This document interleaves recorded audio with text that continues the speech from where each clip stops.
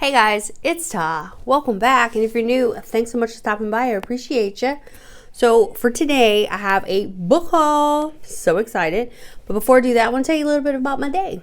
So today makes 12 years that I've been married to my husband. Neither one of us has killed each other, so we are good to go. So today we had a family day. We went to the zoo, which was so much fun. I absolutely love the zoo. I'm like a kid. Every time I get to do experiences like anything with animals, I'm all about it. So we went, and there was this really cool attraction that they just added not that long ago, apparently. And it is a gold mining type thing. And we did two different ones. The first one we did was this bag one, and it came with a whole bunch. And then we did a smaller one, and there's a couple more rocks, but like some big giant pieces. We have some arrowheads, some shark teeth, all different kinds of stones. So that was a super fun experience, and I felt like a gold miner. And then afterwards, we went to Books A Million. Haven't been to Books A Million in probably like 2 years, 2.5 years, because the one that's closest to me, was closest to me, is like 35 minutes away. They shut it down. Now, in order for me to go to Books A Million, it's an hour and a half away. Even Barnes & Noble is like an hour and a half one direction, or like 2 hours another direction. So, super excited to stop there. And then we went eat Carrabba's, and I absolutely love Carrabba's. I had some lobster ravioli. So delicious. All right, so let's look at this book haul. I got everything I got today, plus I had a couple books that I got. One yesterday at Walmart, and 3 or 4 at Second and Charles last week. So Second and Charles is first, and I already took all the price tags off, so I don't know what they were. But I got Stargirl, and then I got My Best Friend's Exorcism. I've seen a lot of people talk about this one, and I absolutely love the cover, the fact that it's a VHS tape, because I used to work at a movie store, so super cool. And then I got Ready Player One. I heard this one is really great as well, but Ready Player Two, not so great. So I'm hoping this one is really good. And then The Disappointment. I bought Darkly Dreaming Dexter, which I've already read. So you'll hear more thoughts about that on my next TBR. But this was definitely a disappointment. I worked so hard to get this book. Like I looked and looked and looked and looked and looked. Finally found it, and like found it at a decent price. Not super expensive. And it just didn't live up to the TV series. So no thanks. And then the other book that I got that's not Barnes & Noble was at Walmart, and it is As Good as Dead. And this is the sequel to A Good Girl's Guide to Murder by Holly Jackson. I absolutely loved A Good Girl's Guide to Murder. It was about this girl. She was doing a project, her senior project or whatever, and about a murder case. And she goes through to try to solve it and stuff. A lot of stuff happens. So this is a sequel, and I cannot wait for it. All right. I lied. Books A Million. So I pretty much stayed in the bargain section because I like a good bargain. I've never really heard of like 2 of these. The other 3 I picked up on a whim. And the first one is The Dead Girl in 2A by Carter Wilson. And this one intrigued me. So it says this flight will take them somewhere they never expected to go. Jake knows the woman sitting next to him on his business flight to Denver. He just can't figure out how he knows her.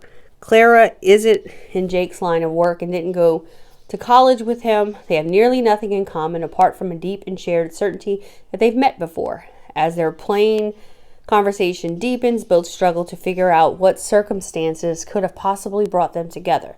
Then in a revelation that sends Jake reeling, Clara admits she's traveling to Colorado mountains to kill herself, and she disappears into the crowded airport immediately after landing. So she's going to kill herself. And now he knows this. So what is he going to do? Tell somebody? Follow her? What? I don't know. And that one was $3.97. Then the next one I got was $3.97 as well. And this one is Modern Lovers by Emma Straub. And this one,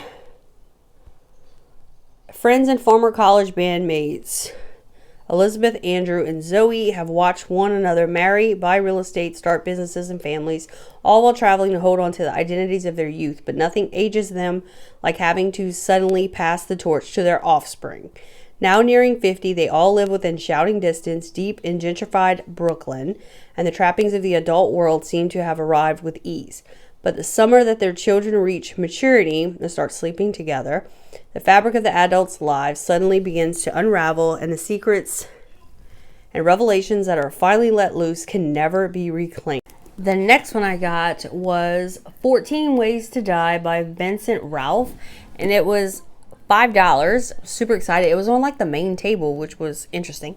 And this one is about the Magpie Man, and it says you have to murder at least 3 people to be considered a serial killer, and he is looking for his 14th victim. And this focuses on Jess.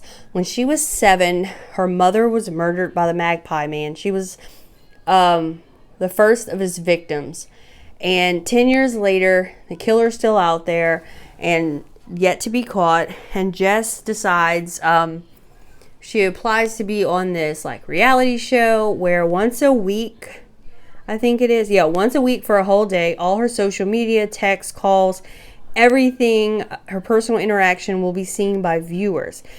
And this is her chance to let people know, remind them of what she's lost and the fact that they're still looking for the killer. And then she starts to get these strange text messages, and she begins to realize that the Magpie Man is watching her every move with the rest of the world. So she is risking everything to try to uncover who this person is. But the question is going to be, is he going to kill her, number 14, or is she going to figure out who he is? So absolutely thought that was amazing. And then the next one I got was another one I seen floating through BookTube that some people liked, some people didn't. There's a couple mixed reviews on it, but that is The Whisper Man by Alex North. As you can see, another bargain buy for $6.97. I think that was the most expensive one. Yeah, everything else was less than that. And this one is after the sudden death of his wife, Tom believes a fresh start will help him and his young son, Jake. A new beginning, a new house, a new town, Featherbank. But the town has a dark past. 20 years ago, a serial killer abducted and murdered 5 residents. Until Frank Carter was finally caught, he was nicknamed the Whisper Man, for he would lure his victims out by whispering at their windows at night. Just as Tom and Jake settle into their new home, a young boy vanishes. His disappearance bears an unnerving resemblance to Frank Carter's crimes, reigniting old rumors that he preyed with an accomplice. Now Detective Amanda Beck and Pete Willis must find the boy before it's too late, even if that means Pete has to revisit his great foe in prison, the Whisper Man. And then Jake begins acting strangely. He hears a whispering at his window. So, is the Whisper Man going to get Jake and then completely tear apart Tom's life, being he already lost his wife? Now he might lose his son? Who knows? And then the last one I'm so freaking excited for, because I want to watch the series on Netflix, but I want to read the series in the books first. And that is You by Caroline Kepnes, I believe is how you say it. I've heard amazing things about the first book. Some people, like, from what I can tell, I'd say majority enjoyed the first book. But those same people say that the further you get into it, the worse the books are. So I'm not 100% how this is going to go. Because if it gets to the point where I just can't stand to read the book anymore, I'm just going to start the series. Hopefully it's not a Dexter case, because like I said, that book was... Anyway, so this is You.